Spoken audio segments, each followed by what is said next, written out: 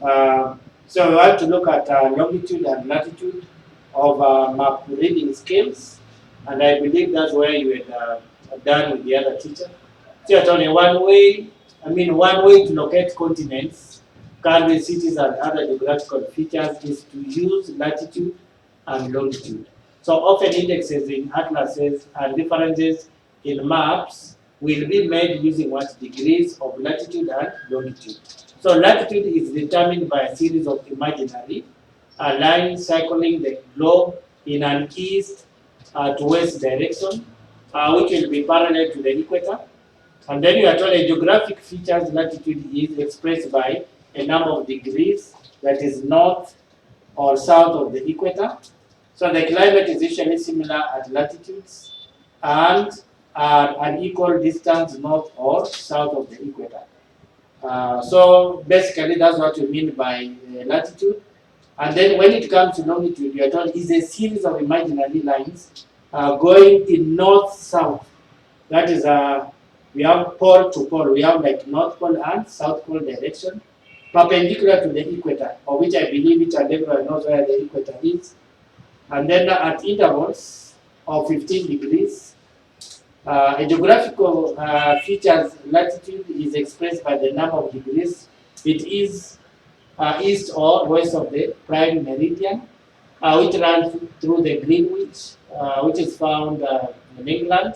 So the geographic features exact location on a map or a globe can be determined by knowing its longitude and latitude.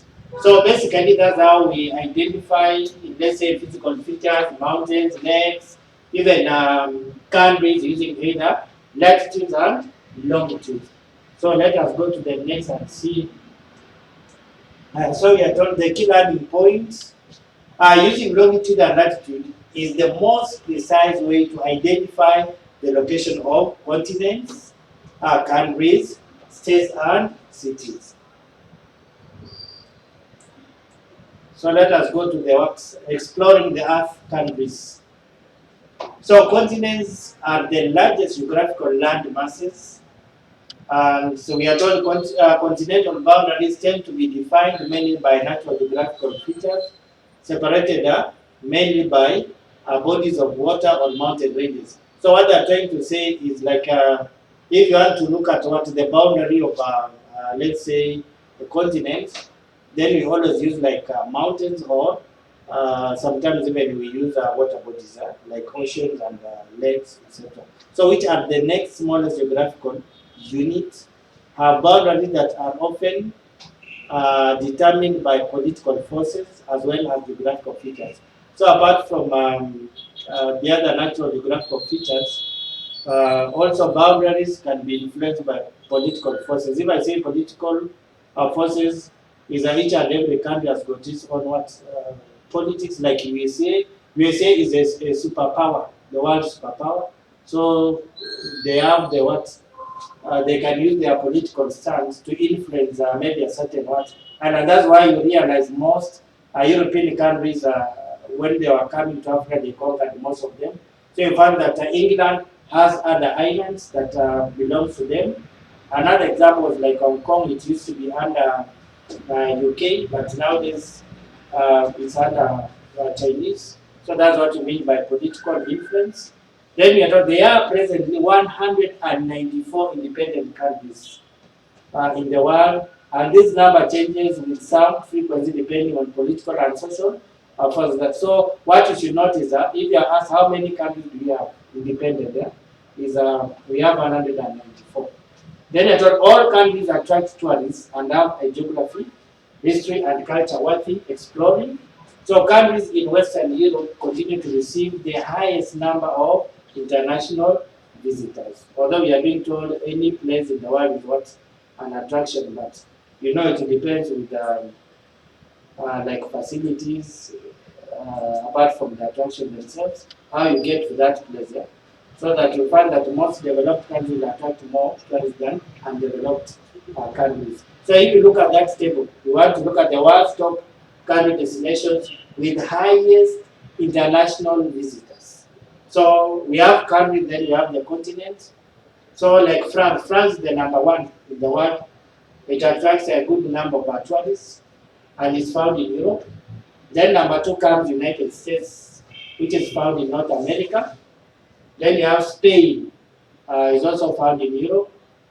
China comes at number 4, found in Asia. Italy, found in Europe. Then we have United Kingdom, also found in Europe. Then we have German, found in Europe. Mexico is found in North America. Thailand is in Asia. Turkey is in Asia also. So those are the world's top countries when it comes to a destination.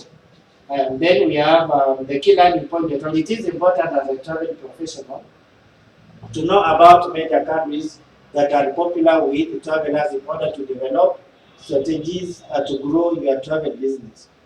So we are trying to facilitate personalization with target marketing and therefore increase that revenue. So let us go to the next and see. So we want to look at most visited cities in the world. So since the beginning of civilization, of which I believe you did in your history from Matu, humans have gathered together in cities. So cities are vibrant centers of culture and commerce. So if I say commerce, what comes into your mind? Commerce, we have like business. You find that most of the cities mostly dwell in businesses. You'll find that most offices also are found in big cities. When it comes to culture also, you find that city will have different people from different backgrounds, or rather from different cultural backgrounds. So today, half of the world's population live in cities. So as some of the world's greatest tourism destinations, cities have always captured the interest and attention of travelers. Many travelers seek the culture and variety of cities and adequate travel destinations with an opportunity to explore the world's great cities.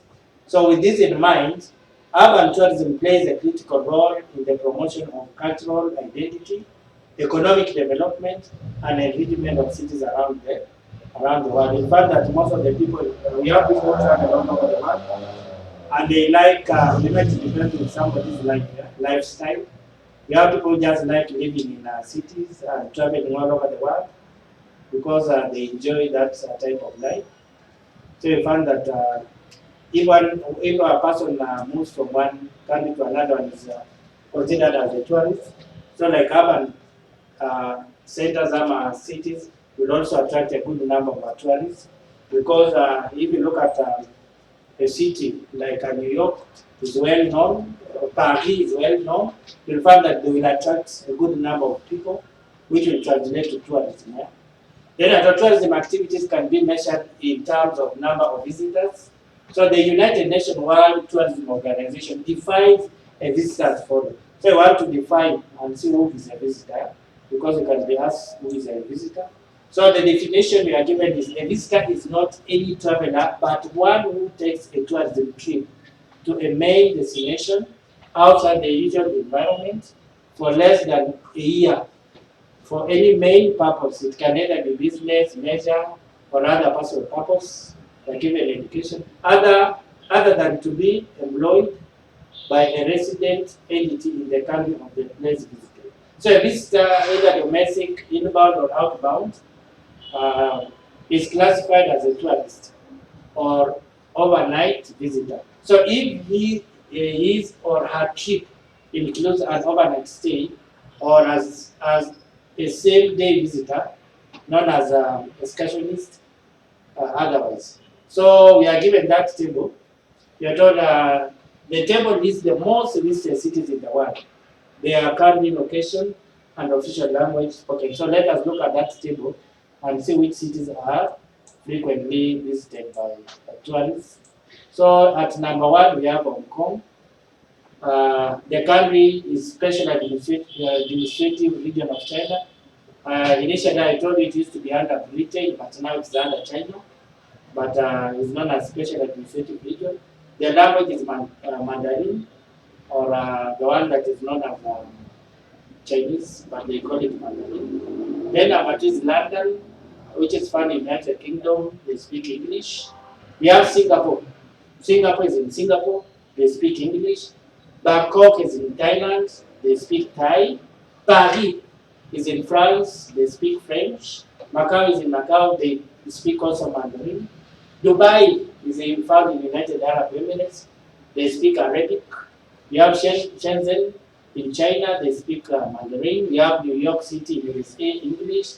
Istanbul, which is in Turkey, they speak Turkish. Kuala Lumpur is in Malaysia, they speak Malay or English. Then we have Antalya is in Turkey, they speak Turkish.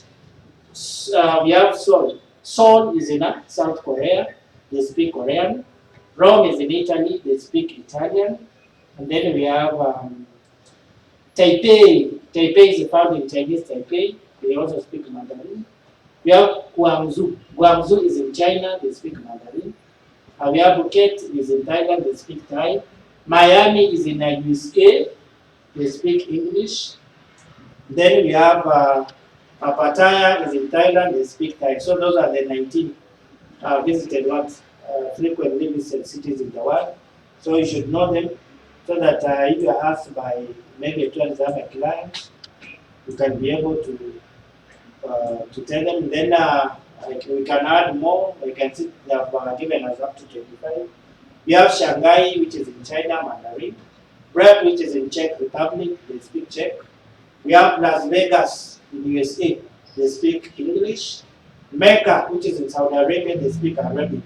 Mecca is frequently visited because of what pilgrims, or rather because of their faith, Islamic faith. So you find that there are some days, some seasons when the Muslims go to where? To Mecca. Then you have Milan, Italy, they speak Italian. Then lastly we have Tokyo, Japan, they speak Japanese. Then the key learning point we are told cities are destinations that promote cultural identity and economic development through tourism. So let us look at the other one.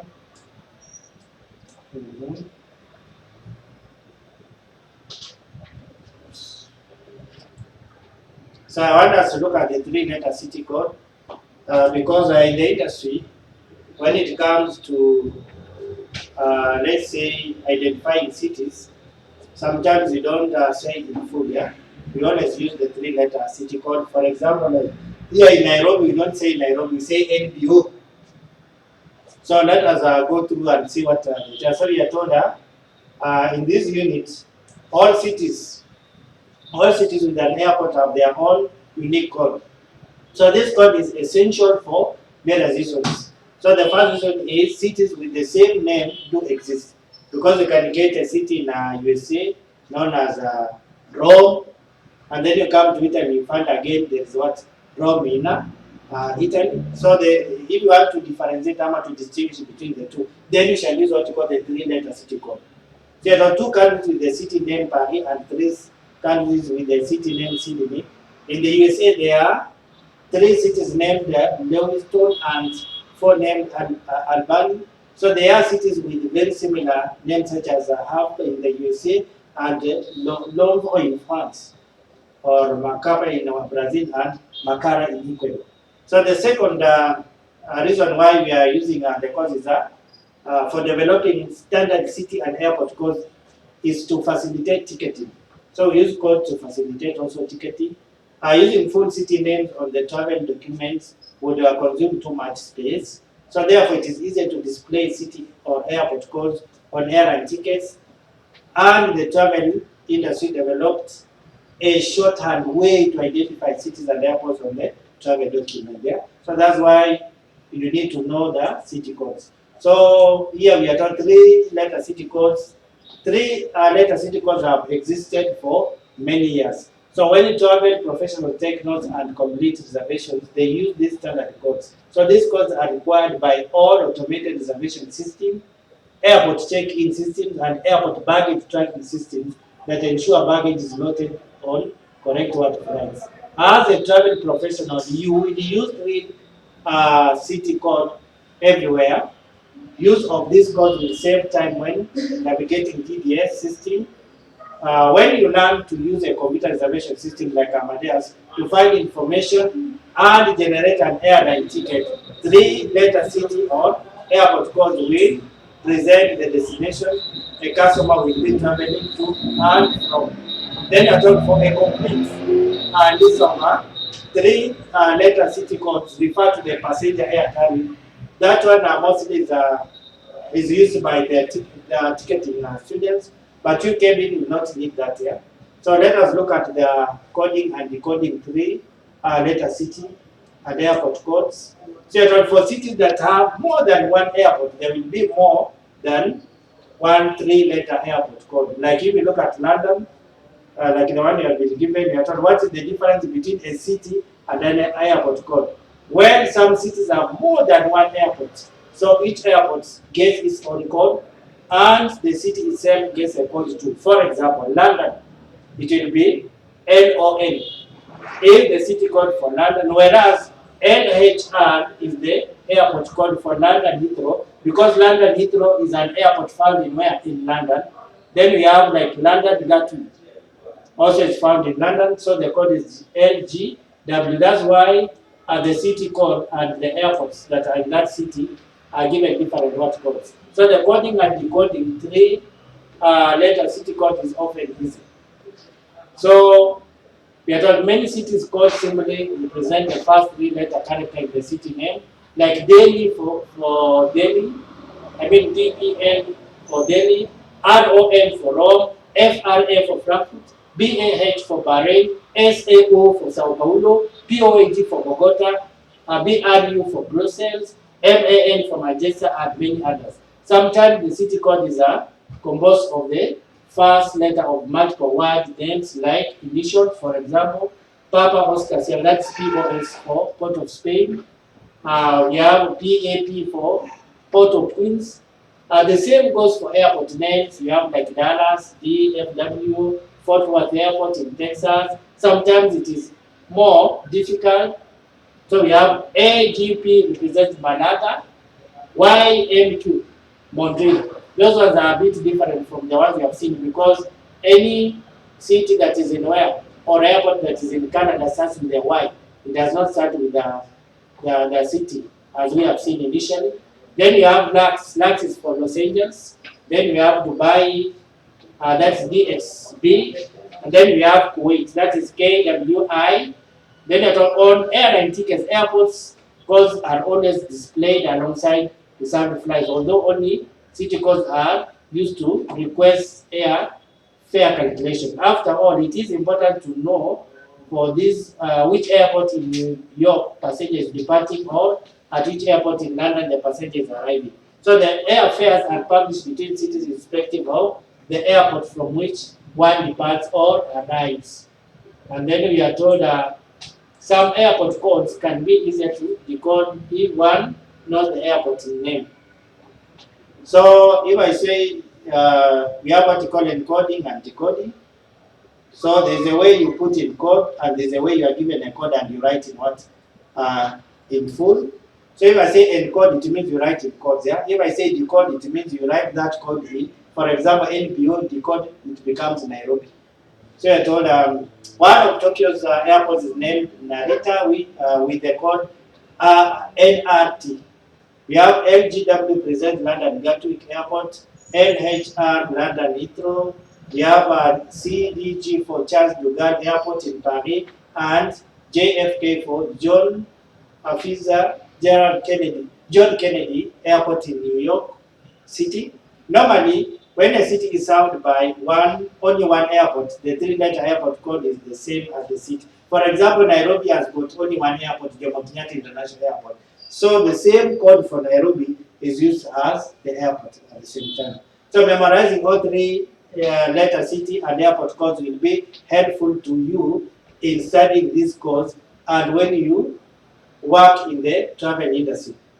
Study the following table for city and airport codes for your course examination, as you will be expected to place what countries and cities as well as oceans on a blank map. For countries listing more than one city, the capital is marked with an asterisk. So if you look at that table, you can see city and airport codes in Europe. So those ones will go through, like we have Australia, Vienna.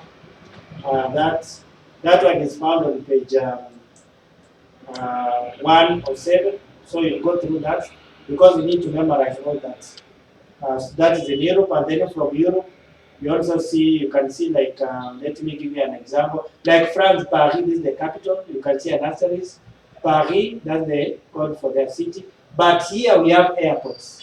In Paris, we have two airports. We have Charles de Gaulle, which is CDG. We have Good Oli, that is ORY. And then if you move, let us see. So we have all those. We have Fiumicino in Rome, all this Malpensa in Milan, that is. Then we have Sheremetyevo. You can see Moscow, we have Sheremetyevo Airport. Then in Stockholm, we have Arlanda. Then we can proceed. You can see London has got 1, 2, 3, 4, 5, 6. All these are in these airports are found in London. Then we are still in United Kingdom. We still have this. Then we go to you can see we have Asia. City airports for Africa. So Africa, most Africa countries have only one airport, yeah, in a city. Maybe South Africa is the one that has maybe several. Let us see. We have like most of African countries have the airport is also found in the same city. So you can go through that list. Then we have lastly we have Asia. So you can see city and airport codes in Asia. So you have all this, like Beijing is the capital. Under Beijing we have capital, that's the airports. And then we have, let us see. So all this, you should go through all this. Tokyo, you can see the capital. We have Narita Airport, Haneda. So it has 2 airports. And then we have, let us see if we still have more. Vietnam. Then lastly, we have Australia and Pacific. Australia, if I say Australasia, it means Australia and the surrounding countries. You can see we have Fiji, French Polynesia, Kiribati, New Zealand, all fall under that. So you will also go through that, so that I think that one you have just to memorize. There's no shortcut, yeah. So and then you have America. You can see Canada. All the airports in Canada start with the Y, yeah. We have like Montreal, we have Pierre Elliott Trudeau, then we have Pearson International, which is in Toronto. Then we have the other one. We have what? Let us see.